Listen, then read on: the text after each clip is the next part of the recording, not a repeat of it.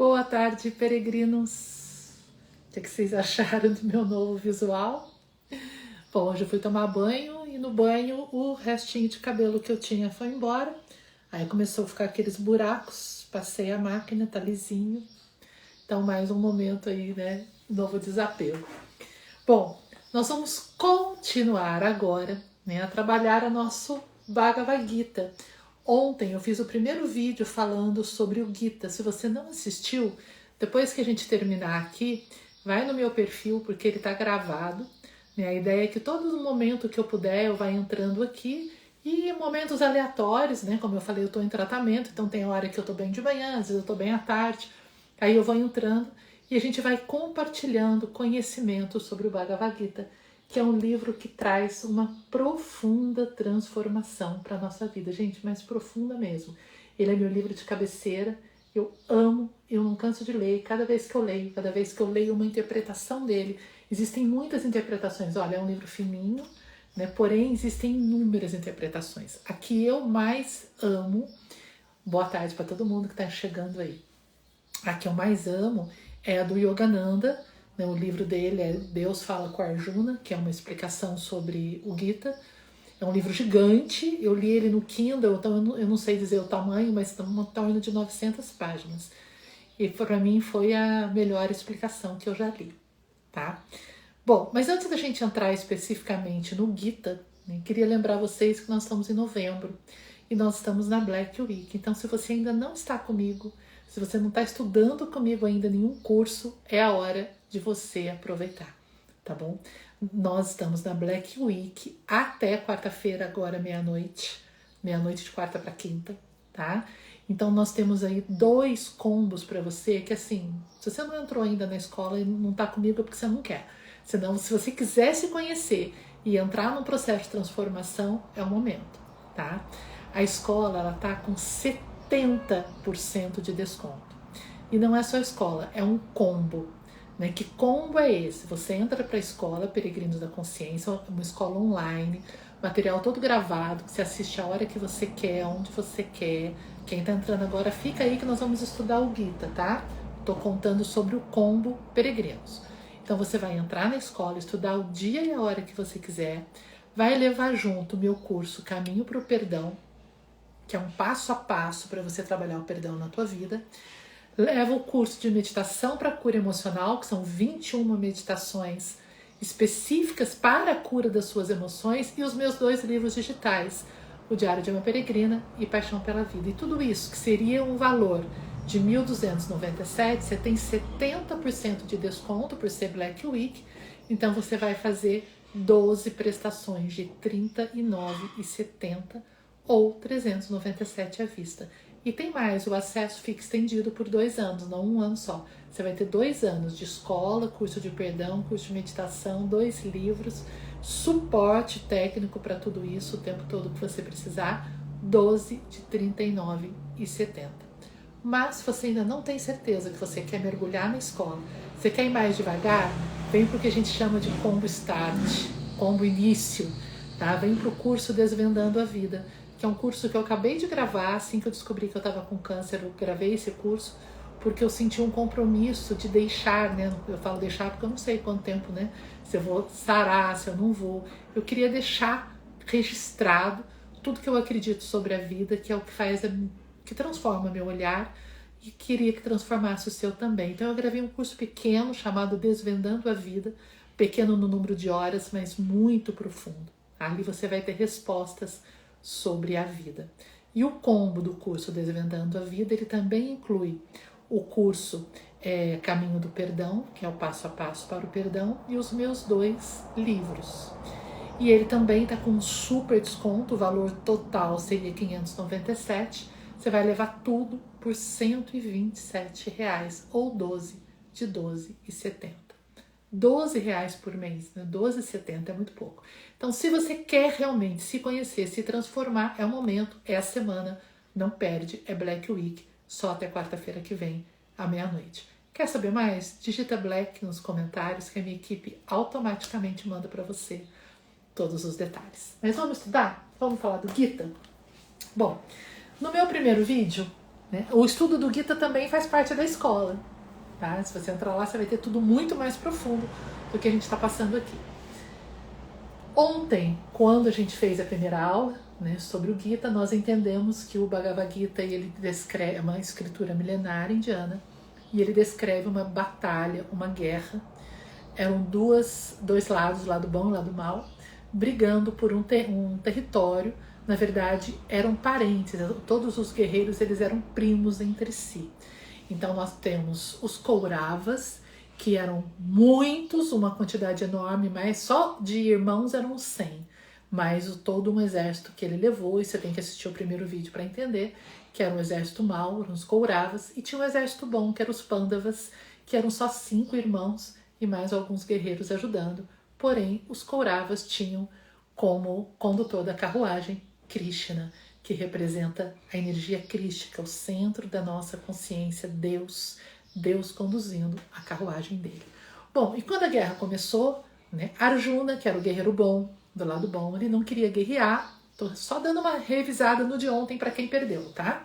Ele não queria guerrear porque ele dizia para Krishna assim, que valor tem eu ganhar a guerra se eu vou ter que matar os meus primos, o meu tio, o meu avô, as pessoas que eu amo? Eu prefiro perder tudo, mas não matar ninguém. E aí Krishna dizia para ele, você é um guerreiro, te cabe guerrear, cumpra o seu dever. Na verdade, o Bhagavad Gita ele é uma batalha simbólica. Os guerreiros bons representam as nossas qualidades e os guerreiros ruins representam os nossos vícios, os nossos defeitos, aquilo que nós precisamos matar. E o nosso lado bom, ele não quer matar o nosso lado ruim. Por quê? Porque a gente quer fazer acordo. A gente é rainha de fazer acordo. Eu quero me iluminar, mas eu não quero abrir mão, né, daquele hábito que eu tenho.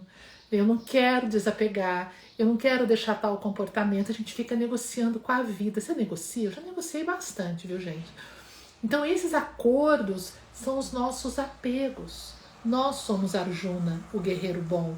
Eu sou Arjuna, você é Arjuna. Nós precisamos ir para a guerra para defender o território. Que território é esse? A nossa mente. Não permitir que os vícios tomem conta e fazer com que Krishna, que é o centro de luz, seja o rei. Mas para isso nós precisamos ter coragem de soltar os nossos defeitos. E aí a gente chega no tema de hoje do Gita. O Gita são 18 capítulos. E hoje a gente vai falar um pouquinho do capítulo, acho que é o 2, capítulo 2 do Gita, onde nós vamos falar sobre Dharma. O que é Dharma? Dharma não é karma, é bem diferente, tá? Dharma, ele tem várias definições, dependendo da forma como ele é usado. Dharma, ele é o nosso caminho de luz. Cada um de nós tem o seu Dharma, aquilo que precisa fazer na vida. Né? O que você veio fazer aqui é o seu Dharma, você tem que cumprir o seu Dharma, ou seja, seguir o caminho do bem, seguir o teu caminho. Tá? Cada um de nós tem o seu Dharma e nós precisamos cumprir. Só que da mesma forma que Arjuna era um guerreiro e não queria cumprir o Dharma, nós também fugimos do nosso Dharma. A gente fala, não, é que eu não sei o que é, não, a gente foge. Porque cumprir o Dharma é realizar o Filho de Deus que somos, é realizar um caminho de luz. Então é aquela coisa assim, se eu sou luz, como é que eu lido com isso hoje? Será que eu cumpro isso? Eu vivo de acordo com essa consciência de que eu sou luz? Eu estou seguindo um caminho dhármico? Na Índia, a letrinha A, quando ela é usada num prefixo, ela é negativa. Então, será que o meu caminho é dhármico ou ele é adármico? O que é adármico? Não dhármico. Ou seja, será que eu estou indo contra o meu dharma? Eu não estou fazendo aquilo que eu vim fazer porque eu fico negociando com Deus? Agora não, mais um pouquinho. Mas eu também mereço descansar. Eu já trabalhei tanto na vida. A gente usa muito essas expressões ao invés de seguir o dharma. Na Índia antiga, né, haviam as castas. As castas hoje estão proibidas, mas ainda existe na Índia, tá? Isso ainda é muito vigente. Só que quando as castas foram criadas lá milênios atrás, tá? Era muito diferente do que é hoje. As castas hoje, que é a separação das pessoas por classe, as castas são usadas de maneira a desfazer das pessoas, porque você tem a classe dos brahmanes, que é a classe dos estudiosos, dos professores, dos seres que vão se iluminar. Você tem a classe dos comerciantes, você tem a classe dos guerreiros, você tem a classe daqueles que vão trabalhar duro no chão, na terra, que vão arar. Você tem os intocáveis, que são aqueles que são o pior de todos, que ninguém pode. Por exemplo, o intocável, se você não é da classe dele, você tem uma classe acima, por isso que chama intocável. Você não pode tocar, que você fica considerado impuro. Uma coisa horrível, horrível, horrível, horrível. O que as classes, né, o que as castas se tornaram. Mas lá atrás, vamos pensar comigo, 6.000 anos atrás, tá? Quando as castas foram estabelecidas, era de uma maneira completamente diferente. Porque as castas são representadas, imagina uma figura humana. Os brahmanes são a cabeça, né, os guerreiros são a barriga, cada um deles tem uma parte do corpo, os intocáveis são a planta dos pés. Antigamente, as castas eram representadas por um homem deitado. Ou seja, não havia essa questão do acima e do abaixo. Todos tinham o mesmo nível. As castas eram definidas por dons. Então, se eu tinha o dom de ser comerciante, eu iria para a casta do comércio. Se eu tinha o dom de ser professora, eu ia para a casta dos brahmanes. Se eu tinha o dom de ser uma trabalhadora braçal, eu ia para a casta dos braçais. Então, assim, não era algo para ser transformado em exclusão social. Mas, infelizmente, com a política, com o tempo, com a cultura, virou isso. Então, para que a gente entenda o contexto do Bhagavad Gita, quando ele foi escrito 6.000 anos atrás, as castas tinham outro contexto, tá? Então, para ficar tudo claro. Então, Krishna dizia para Arjuna assim: Arjuna, você é da casta dos guerreiros. Então, o seu dharma é guerrear. Te cabe guerrear. Você não pode ser um guerreiro e dizer, eu não quero ir para a guerra. Então, aquilo que te cabe fazer, faça. Eu vou ler sempre alguns trechos para vocês, para a coisa ficar mais conectada com o Gita mesmo. Tá? Tem um trechinho em que ele fala... peraí que eu perdi. Achei. Deixa eu ver se é capítulo 2 mesmo. Ele fala assim para ele. Realiza teus trabalhos e mantém-te em sereno equilíbrio, na certeza de que tanto o sucesso quanto o insucesso são bons. Essa serenidade interior é yoga. Trabalho sem a verdadeira compreensão e a consciência de Deus torna-se causa de escravidão. Por isto, ó príncipe, ele está falando com Arjuna, que é um príncipe. Por isto, ó príncipe, guia-te pela razão pura, oriunda da visão do eu divino. Os que trabalham com apego aos frutos da tua atividade são deploráveis mercenários utilitaristas. O que ele quer dizer com isso para Arjuna? Ele ainda completa, lá no verso 57, ele diz assim: quando alguém permanece calmo e sereno no meio de sofrimentos, quando não espera receber do mundo objetivo permanente felicidade, e quando é livre de apego, medo e ódio, então ele é um homem de perfeita sabedoria. Quando não é apegado a um e indiferente ao outro, enquanto não se alegra em excesso com o que é agradável e nem se entristece excessivamente com o que é desagradável, então ele é um homem de perfeita sabedoria. Então vamos entender, né, o que é isso dentro do contexto? Traduzindo, ele falou para o Arjuna assim: meu querido, você é um guerreiro. Você tem que cumprir o seu papel de guerreiro. Você não tem que dizer gosto disso ou não gosto daquilo. Vou ficar feliz ou vou ficar triste. Eu vou ganhar ou vou perder. Eu vou chorar se eu tiver que matar meus primos. Você não tem que ter essas preferências. Porque você só tem que cumprir a sua missão. Faça o que tem que ser feito. Isso é algo muito forte na vida da gente, se a gente levar isso realmente para o coração, como eu falo. Tá? Faça o que tem que ser feito. Se é agradável ou desagradável, faça o que tem que ser feito. Tipo, ó, tava eu lá hoje, né? Fui tomar banho. Esfreguei o cabelo, caiu o resto que tinha. O que eu tinha que fazer? Terminar de tirar, sem mimimi. Faça o que tem que ser feito. É pra tirar? Vamos tirar. Não vamos dramatizar as situações. Então, muitas vezes, a gente não consegue encontrar o nosso caminho. A gente fala assim, eu não sei qual é o meu propósito. Dharma e propósito são quase que sinônimos. Dharma é mais do que isso, mas inclui o propósito. Porque o Dharma fala para você, aquilo que você veio fazer. O mundo é um quebra-cabeça. Tem um lugarzinho ali que é seu, que é só seu, que só você pode encaixar, ninguém mais. Então, vamos encaixar essa peça? Tá? Qual é a tua peça? Você fala assim, eu não sei. Às vezes a gente não sabe porque a gente fica muito apegado a esse gosto, não gosto. Ah, mas eu queria que o meu caminho fosse tal. Ah, eu gostaria de... Não tenho gostaria.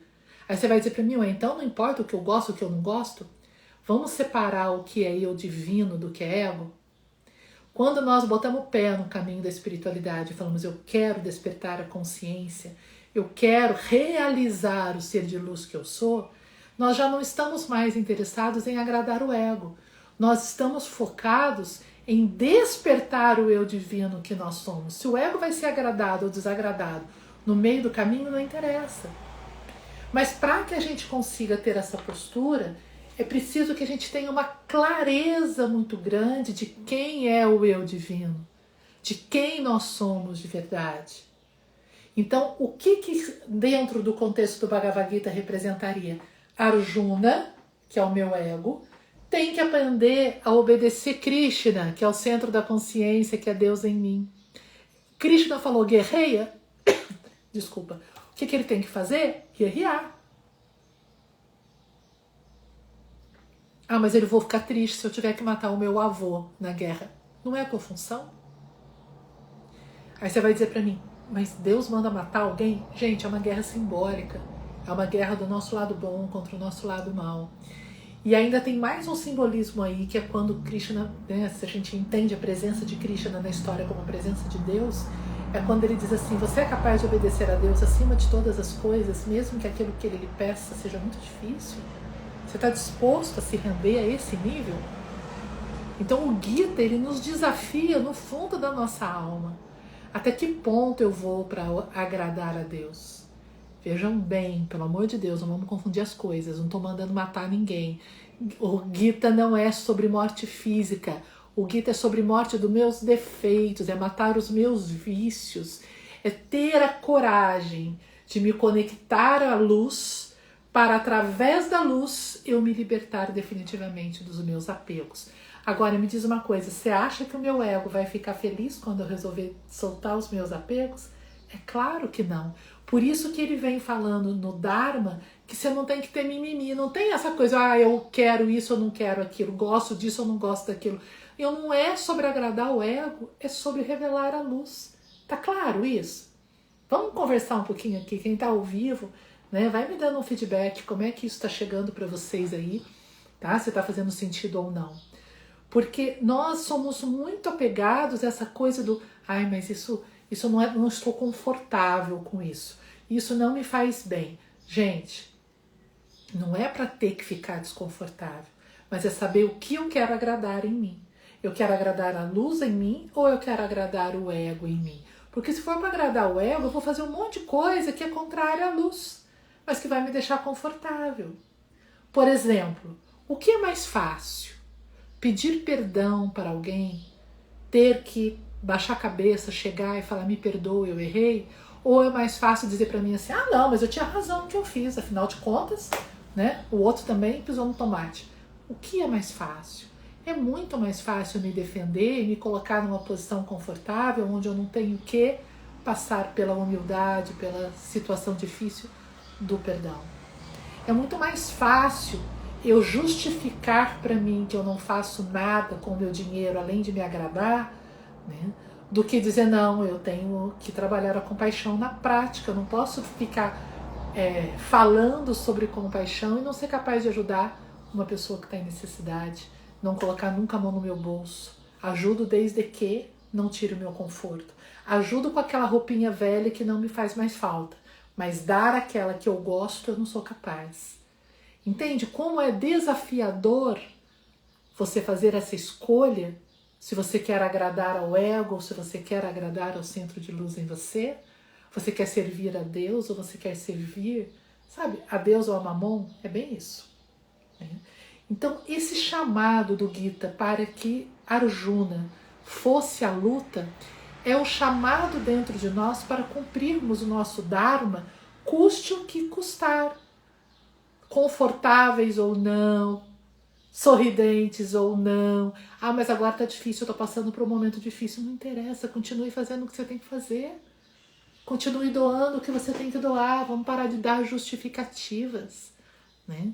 Então esse chamado dele é um chamado muito profundo, porque ele exige de Arjuna uma rendição. Mais para frente, nas próximas aulas, nós vamos falar sobre rendição. Nesse primeiro momento, o que eu queria chamar a atenção é a consciência do que é o seu Dharma. Será que você sabe o que é o seu Dharma? Cumprir o Dharma não é necessariamente fazer grandes coisas. Para eu cumprir o meu Dharma, eu não preciso ser aquela que monta uma instituição que vai salvar todos os moradores de rua do planeta. Seria lindo se fosse possível, né?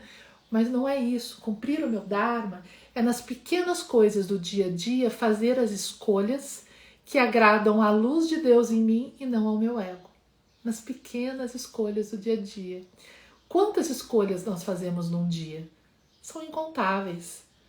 O tom de voz que eu vou utilizar para responder para alguém, se eu vou pedir desculpas ou não, se eu vou perdoar ou não, se eu vou dar, se eu vou compartilhar o que eu tenho ou vou guardar só para mim, se eu vou falar mal de alguém ou se eu vou pedir perdão mentalmente por ter julgado. Essas são as pequenas escolhas que vão me levar ou no caminho dármico ou no caminho adármico, contrário ao Dharma. Então, quando Arjuna está ali, porque boa parte do livro, né, do Gita, Sublime Canção, boa parte dessa canção é ele negando a Krishna a obediência. Seguir o Dharma é obedecer a voz de Deus em nós. E Arjuna não quer obedecer o que Krishna falou. Tem um momento na história que eu contei no vídeo anterior, que quem perdeu tem que assistir. Antes da guerra começar, os dois lados, né, Arjuna representando os Pandavas e Duryodhana representando os Kauravas, né, todos primos, os dois primos, Arjuna era o bom, Duryodhana era o mal, você vai se acostumar com os nomes aos poucos, foram conversar com Krishna para tentar um acordo, só que Duryodhana não queria acordo, só queria pegar tudo para ele, né? E naquele momento Krishna pergunta, tá, já que a guerra é iminente, vocês não têm acordo, qual de vocês me quer como cocheiro da carruagem e qual de vocês quer levar o meu exército? Arjuna, o guerreiro do bem, imediatamente disse, eu quero tu. E ele nem sabia naquele momento que Krishna era um avatar de Deus. Era só o primo que ele amava até então. Ele nem tinha noção da grandiosidade de Krishna. E ele escolhe Krishna e o guerreiro mau escolhe o exército. Então ele escolheu Krishna, né, para guiar a carruagem. Olha como é simbólico, né, ser aquele que conduz a carruagem. O que é a minha carruagem? É o meu corpo, é a minha vida física. Se eu escolho Deus para guiar a minha vida, eu tenho que trabalhar essa rendição, esse momento em que eu falo, então eu te obedeço. Porque eu escolho Ele para guiar a minha vida, mas eu não obedeço? Porque não é confortável o que Ele está pedindo para mim? Porque não é legal aquilo que Ele está pedindo? Eu lembro sempre da Bíblia, da história de Salomão, né, quando as mães estavam brigando pela criança, e ele fala, então, daqui a criança, eu vou cortar a criança no meio. E a mãe verdadeira abre mão da criança, porque ela prefere abrir mão de tudo, né, mas do que perder aquele bebê. Então são esses momentos em que a gente tem que fazer a escolha. Então qual escolha você faz quando a voz de Deus toca no seu coração? E ela quer tirar você da zona de conforto. Ela quer falar, vamos, o que você está fazendo da tua vida? A tua vida tem algum sentido? Ela tem algum propósito? Ou você está vivendo só para satisfazer os seus sentidos? Porque viver só para satisfazer os sentidos é quando eu acordo, vou trabalhar, pego aquele dinheirinho eu uso para passear, para comprar roupa, para cuidar da minha família, para dar o melhor para os meus filhos. Não faço mal a ninguém, mas que bem eu trouxe para a vida? O que eu acrescentei à vida só cumprindo o básico? Nada. É quase que uma vida animal. Os animais também cuidam dos seus. Então, cumprir o Dharma ele é um ponto acima de simplesmente não fazer o mal. Não basta, lembra de São Paulo? Não faço o bem que quero, mas faço o mal que não quero. É o que acontece com a gente. A gente não faz o bem, ou seja, a gente não dá o passo em direção ao Dharma para cumprir o que a gente tem que cumprir, de acrescentar luz e amor na vida de todos que nos cercam, e a gente acaba fazendo mal sem querer. Né? Então, vamos olhar a nossa vida para a gente não ficar no lugar comum. Ah, mas eu não tenho tempo. Ah, mas se eu tenho que trabalhar para sustentar a família, não me sobra tempo para pensar em Deus. Não me sobra tempo para cuidar das outras pessoas, para fazer um trabalho voluntário, para ser caridoso. Não me sobra tempo para meditar. É uma escolha, gente. São escolhas que a gente faz o dia inteiro. Tempo, somos nós quem decidimos o tempo que nós vamos ter. Nós podemos ter 5 minutos e usar aqueles 5 minutos. Ou podemos passar o dia inteiro só zapeando no celular e olha quanto tempo perdido. Você quer saber quanto tempo você perde? Olha lá no seu controle quantas horas.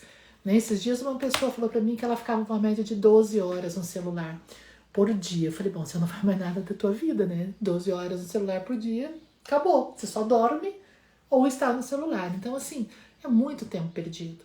Não que o celular seja tudo perdido, o que nós estamos fazendo aqui agora é no celular e tem uma utilidade, mas, de novo, escolhas. Eu preciso escolher como eu estou direcionando o meu tempo. Então, esse entender que não basta não fazer mal, é preciso fazer o bem, é preciso colocar o amor na prática. Dharma, traduzindo Dharma é, coloque o amor na prática. Qual é o seu jeito de colocar o amor na prática? O amor que não pode ser só por você e pelos seus, porque isso é animal, tá? Um amor que precisa incluir as outras pessoas, um amor que precisa abarcar o todo, porque nós somos emaranhados. Então, trabalhar, cumprir o Dharma é amar na prática. O que é para você amar na prática? Tem um comentário, vou ler o comentário aqui. Tá? A pedagoga em construção Gleice, ela escreveu aqui. Por muitos anos apenas vivi sem sentido, sem direção, sem rumo. Hoje, depois da maternidade atípica, entendi o meu propósito nessa vida. Então, foi preciso mexer, eu falo chacoalhar a bananeira, né? A maternidade atípica, ou seja, ter um filho autista, chacoalha a vida da gente. Eu posso falar isso, né? Eu não sou mãe biológica de um autista, mas o meu marido tem um irmão autista, um irmão que nós consideramos nosso filho, porque somos nós quem cuidamos. Então eu vivi intensamente por 9 anos quando ele morou conosco. Essa maternidade atípica, hoje ele está numa clínica, mas eu sei o quanto chacoalha a nossa bananeira. Então, às vezes, as coisas tiram a gente do lugar comum para que a gente acorde e fale, meu Deus, não dá para viver só aquela vidinha comum do dia a dia. É preciso mais, nós somos luz. Luz nasceu para brilhar, luz não nasceu para ficar escondida dentro do comodismo. Então, Arjuna cumprir o Dharma e ir para a batalha era a coisa mais desconfortável que ele podia fazer. Desconfortável do ponto de vista físico, batalhar, correr risco, se machucar, né? Ver os irmãos provavelmente serem mortos, matar as pessoas que ele amava, porque os inimigos eram parentes, eram primos, né? Então era um desconforto total, mas era o Dharma dele, era o que ele tinha que cumprir naquele momento. E quando o chamado vem e fala, vai, que você precisa amar na prática, nós precisamos ouvir esse chamado, ouvir o nosso Dharma. Será que nós estamos seguindo? Tem mais gente ao vivo, conta aí pra mim. Você sente que você cumpre o seu Dharma? Que nas pequenas escolhas do dia a dia você escolhe aquilo que te leva em direção ao amor e à luz, ao centro crístico, ao invés de levar só em direção ao conforto? Porque todos nós queremos conforto. O ego nasceu para se sentir confortável, né? O ego não quer sair de jeito nenhum do desconforto. Isso eu, você e todo mundo. Agora, fala uma coisa para mim. Esses seres que nós admiramos, Cristo em primeiro lugar, mas vamos pensar para baixo de Cristo, né? As pessoas, os santos, os gurus, os seres que se iluminam. Vocês acham que eles se iluminaram na zona de conforto? São Francisco se iluminou na zona de conforto, Santa Teresa se iluminou na zona de conforto, Yogananda se iluminou na zona de conforto, Ama se iluminou na zona de conforto? Não, nenhum deles. Todos eles deixaram, tiveram que sair, né, dos apegos para cumprir o Dharma e se entregar de forma incondicional a Deus. Passaram pelo desconforto. Passaram por esse momento humano, né? Quando Jesus diz, Pai, afasta de mim esse cálice.